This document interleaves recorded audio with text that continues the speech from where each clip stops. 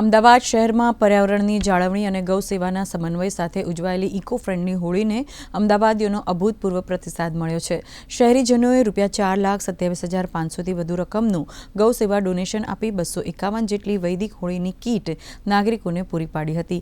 એક હોલિકા દહનમાં છાણાની પ્રોડક્ટ્સ 170 કિલોગ્રામના વપરાશ મુજબ શહેરમાં અંદાજે 34,200 કિલોગ્રામ જેટલી છાણાની પ્રોડક્ટ્સનો ઉપયોગ થવાથી તેટલા લાકડાની બચત થઈ છે।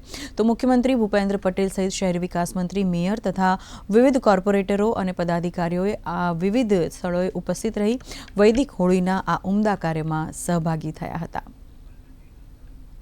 વૈદિક હોળીની ઉજવણી કરવામાં અને તેના દ્વારા લાકડાની બચત કરવામાં જે મ્યુનિસિપલ કોર્પોરેશનનું એક પર્યાવરણલક્ષી અભિયાન સીએનસીડી વિભાગ એએમસી દ્વારા જે શરૂ કરવામાં આવેલ હતું અને 251થી વધારેની કીટ અમદાવાદીઓએ આ સ્વીકારી તેનો ઉપયોગ કરી 34,200 કિલોગ્રામ જેવા લાકડાની જે બચત કરેલ છે તેમજ વેસ્ટમાંથી બેસ્ટ બનાવવાના અભિયાનમાં રાખ અને ફળોના છોતરા એમાંથી ઓર્ગેનિક સાબુ બનાવવાનો જે પાયલોટ પ્રોજેક્ટ છે એમાં એમનું યોગદાન અને સહયોગ આપવા બદલ સીએનસીડી વિભાગ અમદાવાદ મ્યુનિસિપલ કોર્પોરેશન વતી અમદાવાદીઓનો આભાર વ્યક્ત કરે છે।